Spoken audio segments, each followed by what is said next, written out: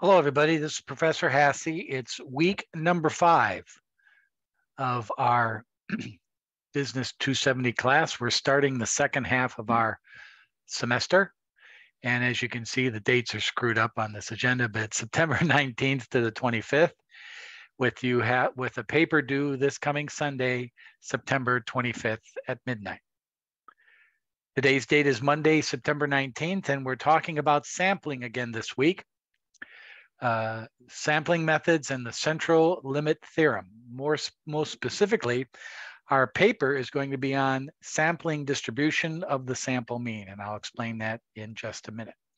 And as I mentioned in many of your student-professor meetings last week, speaking of that, if you have yet to see me, your last opportunity to get a grade posted for that professor meeting is this Thursday night during our student hours from 6 to 9 p.m. this Thursday night. So if you have yet to participate in that meeting and you see a 0 on your grade, which doesn't look very good, you can see me on Thursday night from 6 to 9 to satisfy that assessment in your grade.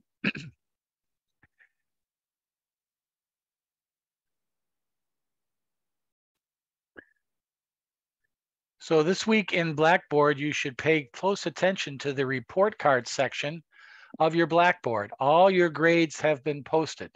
Your midterm examination work and your professor meeting work, and you could see where you stand with basically about 40% of your grades completed for this course through week number 4. What your grade or cumulative average is in this course. So if you have any concerns or problems in that regard, or don't understand the cumulative grade, please feel free. You can get in touch with me via email, posting to the discussion forum, or just come to our student hours Thursday evening, 6 to 9 p.m. Make sure you understand where you stand as your grade average in this course right now. So we have something a little bit different this week, a paper. So if you go to case study and papers file folder, you will see paper number 2, sample distribution versus a population distribution. I give you some data and you are to explain it, and I'll get to that in just a moment. It's in APA format. Now, APA format is very simple. It requires a title page, an abstract page, which is your paper introduction and summary, a double space writing section, and in our case, these papers are 2 to 3 pages of writing, and a reference page. If any of you need any more specific information about an APA format, you can click on this link here, and it describes in a video APA format. This work in this paper represents 10% of your grade, and it's to be done in Word or PDF format and the APA writing style. So let's take a look at what this paper is all about this week. So this is a paper where I give you an analysis, in this case, a sampling analysis of a population. And you are asked a series of questions about what this is and what this tells you. It's from chapter 8, and here's the problem. There are 5 sales associates with Mid-Motors Ford. The 5 associates and the number of cars they sold last week, excuse me, another typo, Professor Hasse, you're slipping. I'll fix that. Last week there's the 5 sales associates and how many cars each of them sold last week. And in the data of this population of sales associates, there are 10 different sample sizes of 2. In other words, you can make a sample of 8 and 6, 8 and 4, 8 and 10, 8 and 6, 6 and 4, 6 and 10, 4 and 10, 4 and 6, 10 and 6. You can, as you can see right here. Here's a list of the sample of this population by a sample size of 2 and the mean of each one of those samples. In comparing the mean of the sample distribution of the sampling mean with that of the population, the mean of the sample is 6.8 and the mean of the population is 6.8. They're exactly the same. In other words, if you take the mean of this population, the whole thing, and you take the mean of all these 10 different samples, you get exactly 6.8. Interesting. Please explain why the sample mean equals the population mean. Maybe walk me through that calculation, how we got 6.8. Explain it. 2, what does this represent in statistics? Sampling distribution of the sample mean. Explain. This is in chapter 8. And 3, in summary, we took all possible random samples from a population in this example, and for each sample calculated a sample statistics, the mean of the cars sold. This example illustrates important relationships between population distribution and the sampling distribution of the sample mean. Explain, please. And this is what chapter 8 is all about. Why do I take a sample instead of the whole population? And if I do compare the population to the sample, what's the deviation or the variance between the two? In this case, there's no deviation or variance. What does that say? What does that mean? And in some cases, how can we both take both a population sample and a population mean and also a sample? That's very rare. You can't, if I wanted to do a study of all the people in California and what their average income was, that's a large population. That's roughly about 30 million people. So it's impossible to do a population mean there. But if I wanted to find out what the sample mean of the 30 million of the people living in the state of California, I would create a sample and find that mean. But in this problem, the mean of the sample and the mean of the population are one in the same. What does that tell you? So I want you to write a paper 2 to 3 pages in length answering these 3 points of this data that I calculate for you. If you go to chapter 8, sampling distribution of the sample mean, there's an example of this process and what it does. I want you to research that and explain to me what the significance of what this data tells us in this particular sample and population analysis. That's your paper for this week.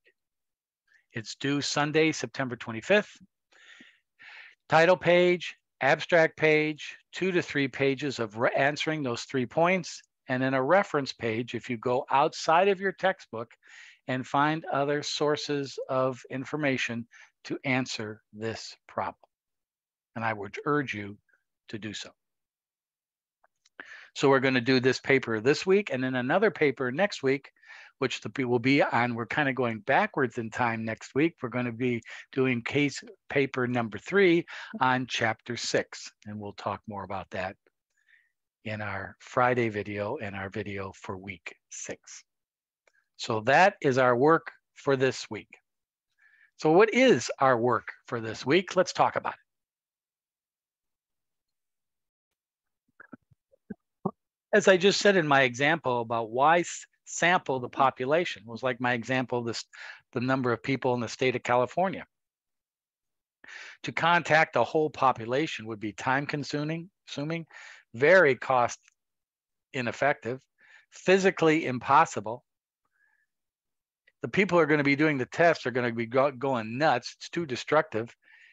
Sample results are adequate if you do the sample correctly. A probability sample is a sample selected from each item or person in the population being studied as known likelihood of being included in the sample. Like our paper, there's a population of sales associates, 5 of them, that's the population.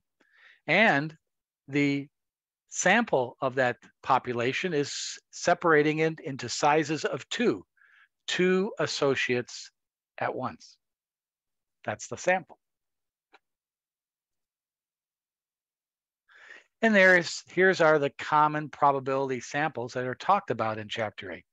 A simple random sample, a systematic random sample, a stratified random sample, a cluster sample. Okay, so there's different ways of getting the data in a sample.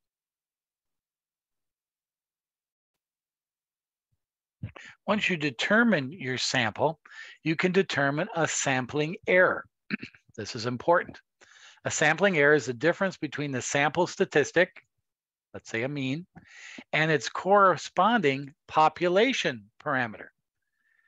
In other words, is there a difference between the sample mean and the population mean? That difference is indicated as a sampling error, which tells you about the quality of the sample or as overall the quality of the population.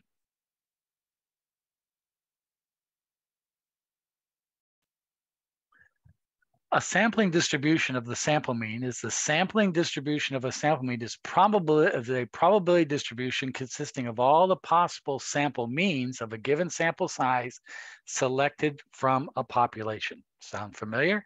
We take a specific sample, organize it into groups, and determine those sample means in that sample size.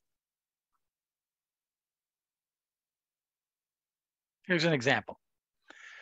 TARDIS Industries has 7 production employees which is considered the population. Hourly earnings of each employee are given below. So here's the population. The employees have 7 employees: Joe, Sam, Sue, Bob, Jan, Art, and Ted, and their hourly earnings. What is the population mean? What is the sampling distribution of the sample mean with a size of 2? That sounds familiar. And so on. Well, the population mean is taking all those hourly wages and dividing it by the number of hourly wages, 7 employees, is 7.71.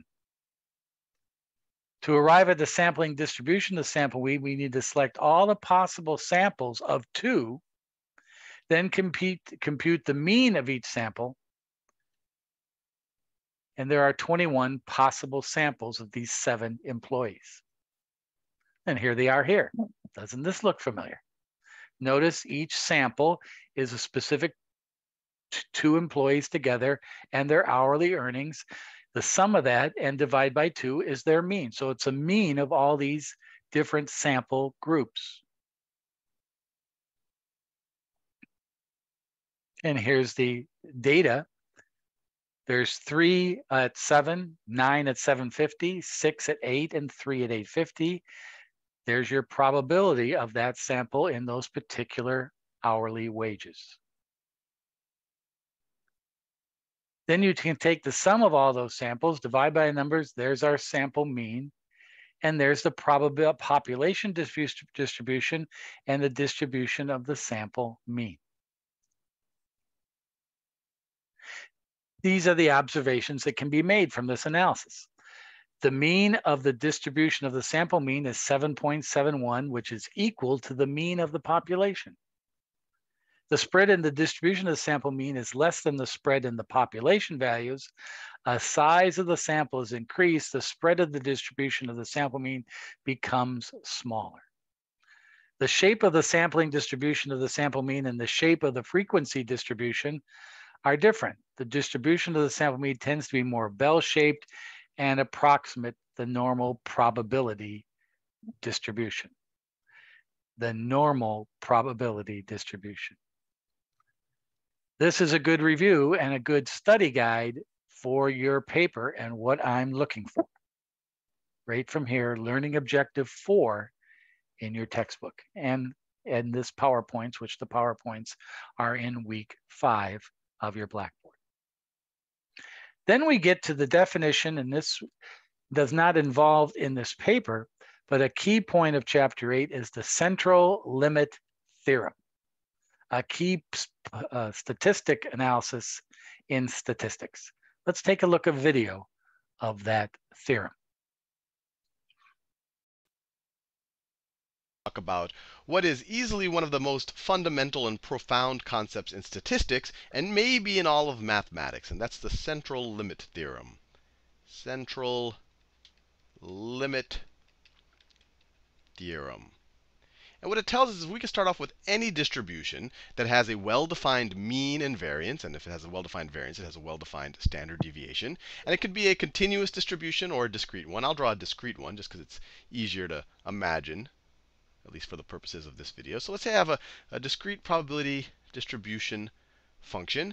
And I want to be very careful not to make it look anything close to a normal distribution, because I want to show you the power of the central limit theorem.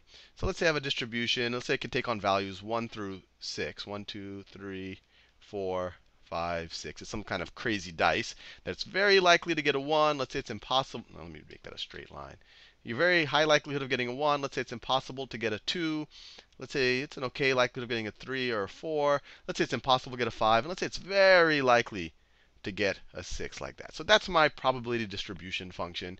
If I were to draw a mean, this is symmetric, so maybe the mean would be something like that. The mean would be halfway, so that would be my mean right there. The standard deviation, maybe it would look, it'd be that far and that far above and below the mean. But that's my discrete probability distribution function.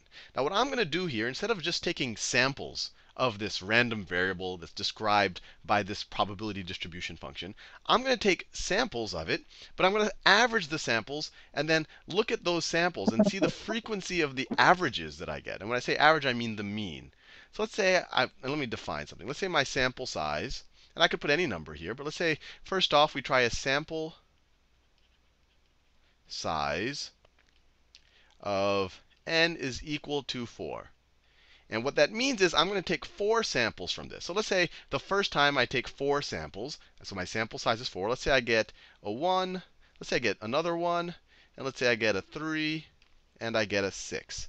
So that right there is my first sample of sample size 4. And I know the terminology can get confusing because this is a sample that's made up of 4 samples. But when we talk about the sample mean and the sampling distribution of the sample mean, which we're going to talk more and more about over the next few videos, normally the sample refers to the set of samples from your distribution, and the sample size tells you how many you actually took from your distribution. But the terminology can be very confusing because you could easily view one of these as a sample. But we're taking 4 samples from here. We have a sample size of 4. And what I'm going to do is I'm going to average them. So let's say the mean, I want to be very careful when I say average, the mean of this first sample of size 4 is what? 1 plus 1 is 2. 2 plus 3 is 5. 5 plus 6 is 11. 11 divided by 4 is what? 2.75. 2.75. That is my first sample mean for my first sample of size 4. Let me do another one. My second sample of size 4. Let's say that I get a 3, 4, let's say I get another 3, and let's say I get a 1. I just didn't happen to get a 6 that time. And notice, I can't get a 2 or a 5. It's impossible for this distribution. The chance of getting a 2 or 5 is 0. So I can't have any 2s or 5s over here. So for this second sample of sample size 4, my sample mean for my second sample mean is going to be 3 plus 4, 7. 7 plus 3 is 10. Plus 1 is 11. 11 divided by 4, once again, is 2.75. Let me do one more, because I really want to make it clear what we're doing here. So I do one more. Actually, we're going to do a gazillion more, but let me just do one more in detail. So let's say my third sample of sample size 4, so I'm going to literally take 4 samples. So my sample is made up of 4 samples from this original crazy distribution. Let's say I get a 1, a 1, and a 6, and a 6. And so my third sample mean is going to be 1 plus 1 is 2. 2 plus 6 is 8. 8 plus 6 is 14. 14 divided by 4. 14 divided by 4 is what? 3.5. 3.5. And as I find each of these sample means, so for each of my samples of sample size 4, I figure out a mean. And as I do each of them, I'm going to plot it on a frequency distribution. And this is all going to amaze you in a few seconds. So I plot this all on a frequency distribution. So I say, OK, on my first sample mean was 2.75. So I'm plotting the actual frequency of the sample means I get for each sample. So 2.75, I got it one time. So I'll put a little plot there. So that's from that one right there. And I got the next time I also got a 2.75. That's a 2.75 there, so I got it twice. So I'll plot the frequency right there. Then I got a 3.5. So all the possible values, I could have a 3, I could have a 3.25, I could have a 3.5. So then I had the 3.5, so I'll plot it right there. And what I'm going to do is I'm going to keep taking these samples. Maybe I'll take, maybe I'll take 10,000 of them. So I'm going to keep taking these samples. So I go all the way to S, 10,000. I just do a bunch of these. And what's going to look like over time is each of these, I'm going to make it a dot because I'm going to have to zoom out. So if I look at it like this, over time, still has all the values that it might be able to take on. 2.75 might be here. So this first dot is going to be, this one right here is going to be right there. And that second one is going to be right there. Then that one at 3.5 is going to look right there.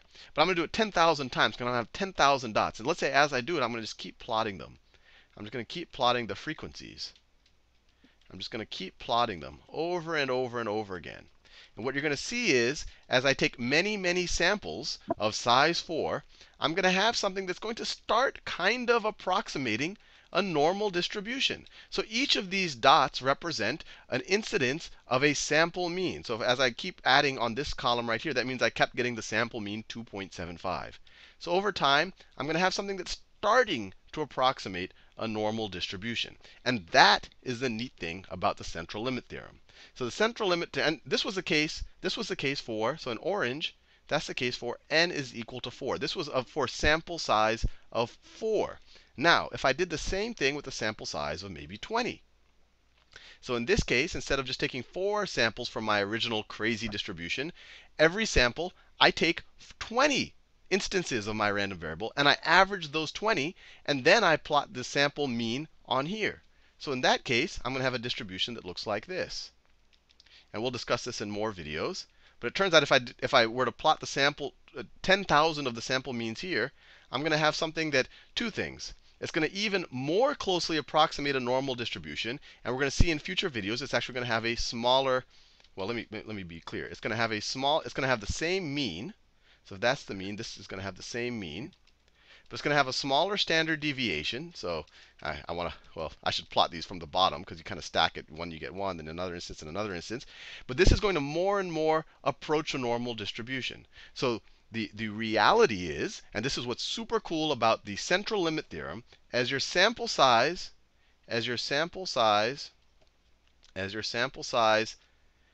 becomes larger, or you can even say as it approaches infinity. But you really don't have to get that close to infinity to really get close to a normal distribution. Even if you have a sample size of 10 or 20, you're already getting very close to a normal distribution. In fact, about as good an approximation as we see in our everyday life. But what's cool is we can start with some crazy distribution. Right? This has nothing to do with a normal distribution. But if we have a sample size, this was n equals 4, but if we have a sample size of n equals 10 or n equals 100, and we were to take 100 of these instead of 4 here and average them, and then plot that average, the frequency of it, then we do take 100 again, average them, take the mean, plot that again. And if we were to do that a bunch of times, in fact, if we were to do that an infinite time, we would find that especially if we had an infinite sample size, we would find a perfect normal distribution. That's the crazy thing. And it doesn't apply just to taking the sample mean. Here we took the sample mean every time, but you could have also taken the sample sum. The central limit theorem would have still applied. But that's what's so super useful about it. Because in life, there's all sorts of processes out there, proteins bumping into each other, people doing crazy things, humans interacting in weird ways, and you don't know the probability distribution functions for any of those things. But what the central limit theorem tells us is that if we add a bunch of those actions together, assuming that they all have the same distribution, or if we were to take the mean of all of those actions together, and if we were to plot the frequency of those means, we do get a normal distribution. And that's frankly why the normal distribution shows up so much in statistics, and why, frankly, it's a very good approximation for the sum or the means of a lot of processes. Normal distribution. What I'm going to show you in the next video is I'm actually showing you that this is a reality, that as you increase your sample size, as you increase your n, and as you take a lot of sample means, you're going to have a frequency plot that looks very, very close to a normal distribution. So that's a video explaining the central limit theorem. And again, it's a little bit complicated. But basically, it says that the larger the sample, the more reliable the data. And the smaller the sample, sometimes it can be unreliable, and that's called the standard deviation. And that kind of refers back to chapter 6, which we'll study next week. But we're going to do a paper this week where we're comparing a population and a sample distribution, and what does it tell us? And here's the section, Learning Objective 5 out of the textbook, that I'd like you to study and review the central limit theorem, because this will feed into our paper topic from chapter 6 next week. So there you have a synopsis of working in sampling and what we're doing this week and in your paper. So please begin your paperwork or read and study up in chapter 8 and look at the video again. Look at the sections in these sections here that I've highlighted in this agenda: sampling method, sampling area, error, sampling distribution, and central limit theorem. Those are the first 4 sections of chapter 8 you need to be familiar with to help you with this paper and to help you going forward in this class. But the bottom line is we're checking and looking at data. In the midterm and in the first part of our class, we looked at frequency distributions. Then we looked at mean, median, and mode. Now we're going to take that information and telling us about the quality of a sample versus population and how that tells us about our data. So that's what we're up to now in week number 5. So have a great week, everybody. I'll be around for any questions or concerns. We have our office hours Thursday night, and then we'll have another video this Friday at the end of the week explaining and going over some more points from chapter 8 and looking at our work for next week. Have a great week, everybody. Check your grade average. Make sure you understand what's going on in class. And again, if you have not seen me for the professor interviews or professor meetings, come and see me on Thursday evening. All right, everybody. Adios.